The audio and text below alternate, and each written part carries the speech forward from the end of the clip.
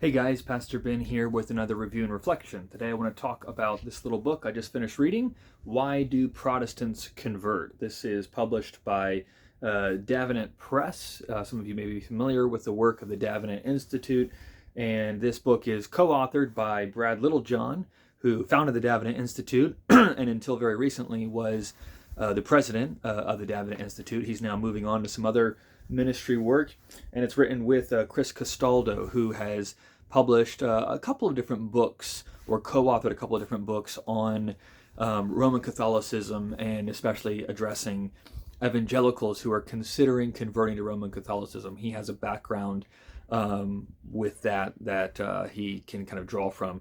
And so anyways, this is a book that was published in 2023, so it just came out last year. Small little book, 100 pages, but very, very helpful and very, very important. So let me lay out a little bit of what the book is trying to do, why I was drawn to it, and then I'll kind of walk through how the book tackles its project.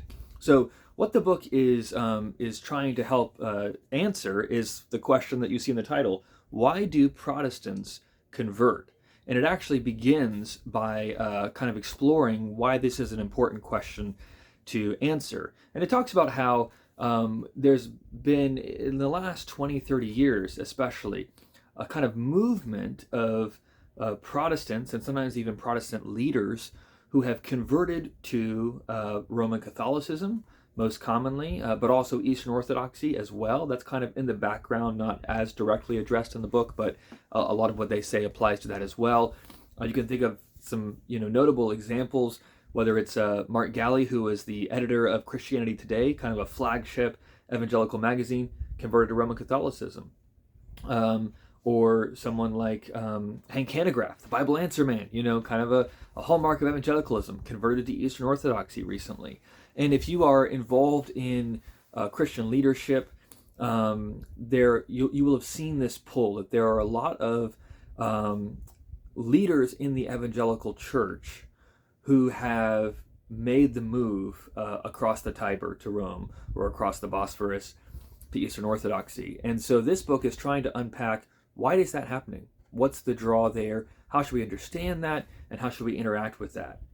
So it's a book that's written, I think, that for Christians and pastors and leaders who are evangelical, Protestant, and Reformed in their background, who are seeing this draw and are trying to understand it.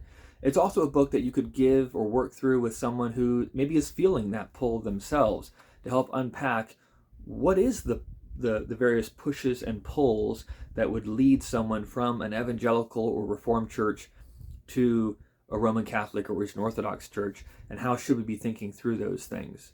So I have a strong interest in this book and in this question because I have seen this played out a number of times with friends that I have or acquaintances that I know.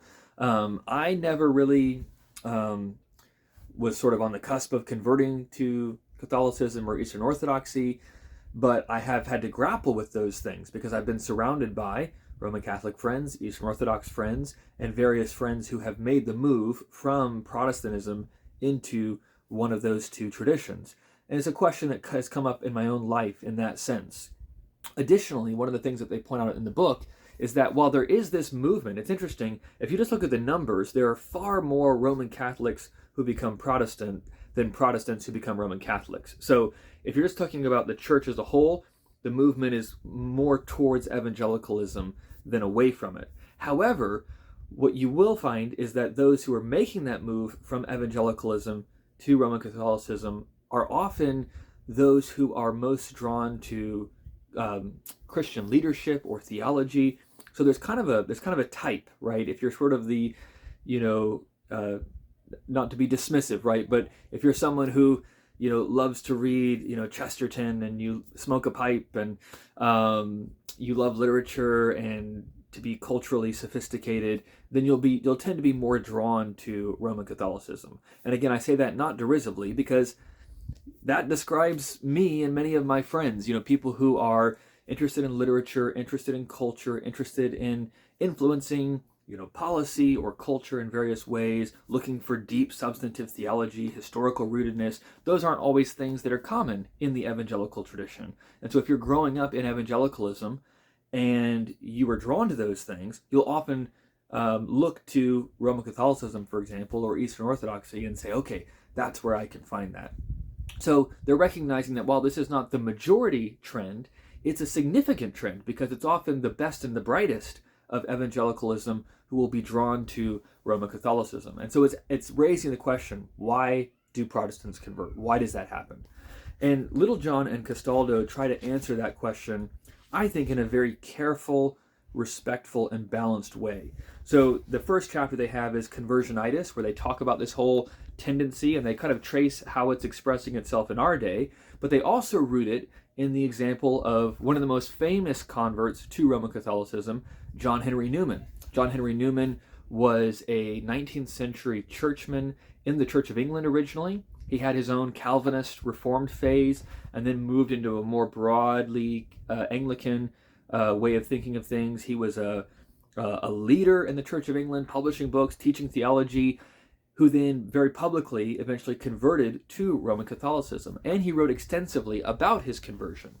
And Littlejohn and Castaldo kind of take Newman's experience as a way into understanding why Protestants convert. And they talk about how one of the things that Newman highlights is that there was obviously a theological shift, right? Theology is central in all of these discussions and debates. It's why the stakes are so high. So you have to grapple with these things at a theological level. However, one of the things that Newman talks about in his own experience, and this is true, Littlejohn and Castaldo argue, for everyone who is converting from Protestantism to Catholicism or Catholicism to Protestantism, whatever the direction is, there's a theological shift, but there are other shifts as well. There are other dimensions or dynamics that are at play. And bringing those other things into play is not to dismiss or downplay the sincerity of someone's conversion. It's simply to recognize there's more going on than merely a mental shift when someone moves from one church tradition to another. And if you had that experience of kind of growing up in one context and then moving into another context, that will probably resonate with you. And so they kind of divide their discussion of why Protestants convert into three categories. So the second chapter is called the psychology of conversion. The third chapter is called the theology of conversion. And then the fourth chapter is called the sociology of conversion. So you can see they've kind of got three broad categories, three types of things that move people to convert from Protestantism to something else, Roman Catholicism, Eastern Orthodoxy, or whatever. So psychology, theology, and sociology. I really appreciate this because this maps onto my own experience with friends that I've seen convert and just the reasons that I've read when I hear about high-profile evangelicals who are moving into one of these traditions, that the theology is always present. It's one of the factors, but it's not the only factor. There are other things at play, and I won't go through everything they mention because what they do with each of those three categories is then draw out three examples or types of things that are at play. So, for example, when they talk about the psychology of conversion, there are sort of three dimensions of that they discuss. So authority hunger, looking for a clear authority; holiness deficit disorder, the sense that there's not a seriousness about the Christian life in evangelicalism; and the inner ring. So this desire to sort of be accepted and on the inside. And what they're drawing from there is that, particularly if you're interested in public policy or law or politics, the voices that are heard and that are loudest for kind of conservative traditional Christianity in that space is Roman Catholics. A good example of this is the Supreme Court. Virtually every Christian on the Supreme Court is a Roman Catholic, right? Not a Protestant. I live close to DC. I minister close to DC. I see this pull every day that young people who are coming, they're evangelicals, they want to be involved in that space of cultural impact and public policy and so forth. As they move into those think tanks or campaigns or whatever, they're surrounded by conservative Roman Catholics who are doing some wonderful work to argue for Christian values and moral framework and so forth. So we're grateful for that. But the assumption can kind of be, okay, I need to become a Catholic if I'm going to do that. And part of that pull is not only from the Catholics themselves, but within our culture, to be an evangelical is to be a pariah. So if you're going into academia or you're going into politics, if you are holding to traditional moral values and you're an evangelical Protestant, you will be looked down upon as kind of a knuckle dragging Neanderthal and fundamentalist and kind of dismissed out of hand. If you are a traditional Roman Catholic, people may disagree with you, but there's a little bit more respect that is awarded to that for whatever reason.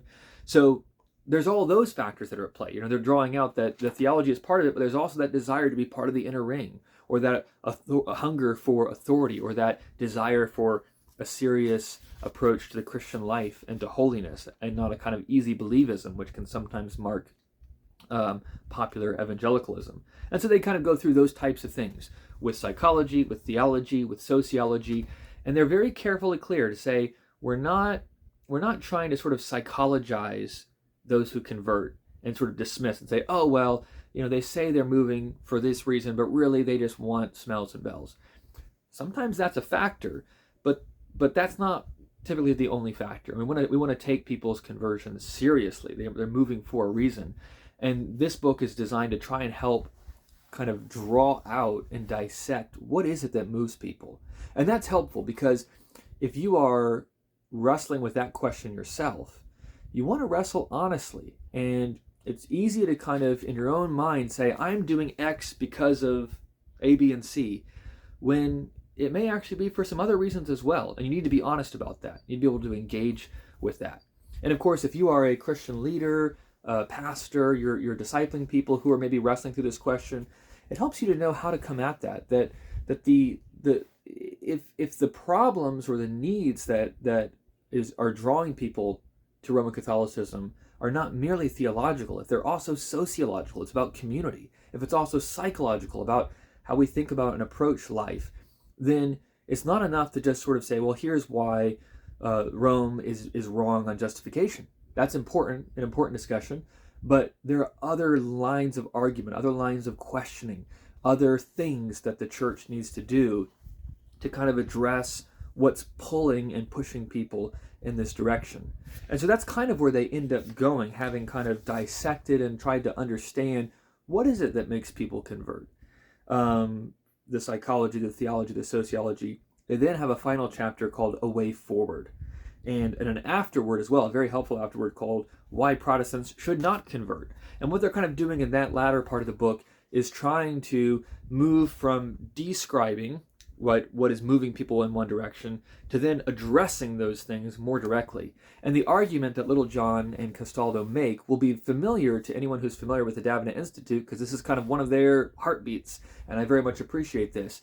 The argument is that while there are all sorts of weaknesses and problems in modern evangelicalism, if you go back into our tradition, if you go back to 19th century evangelicalism, or the 17th century Puritans, or the 16th century reformers, all the way back through, you won't see those same problems and weaknesses. It's not a perfect church in any age, right? And we want to avoid triumphalism or tribalism, but a lot of what people object to about evangelicalism today are the very things that the reformers were objecting to in the church in their day. So you don't have to, this is kind of the basic argument, you don't have to move to Rome to get those strengths.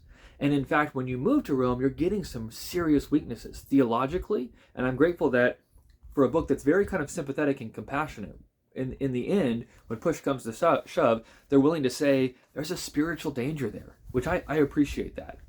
Because people can sometimes, on both sides, want to kind of gloss over the differences. But if you look at the official statements of both the Roman Catholic Church and Protestant churches, they recognize there's real things that divide us. This is not just superficial, it's not just sociological. There's real things that divide us, and we have to take those divisions seriously and try to work through them. But we can't just gloss over them. And so I appreciate that they're trying to kind of respond to that. They're trying to chart a better way forward, that we have the resources within our own tradition to be flourishing, to be of cultural influence, to have theological sophistication, to have historical connectivity and depth and liturgical beauty and significance. So there's a lot there that they try to kind of point to. There's more to flesh out, and if you read other books that Davenant has published, or if you read Reformation Heritage, or a lot of these publishers are now kind of doing that work. They're digging back into our tradition, republishing old works, interacting with those works and new works, and really trying to help us think more carefully and intentionally about these things. And I'm very excited about that movement. And I think this book is a helpful plays a helpful role in that discussion. It's very small, it's very accessible, but it's very careful and very clear. And it's something that I'll be using as I interact with people who are grappling with these questions, and will be encouraging others to read as well as they're wanting to understand these things better. So I would highly recommend you pick up a copy of Why Do Protestants Convert by Brad Littlejohn and Chris Castaldo.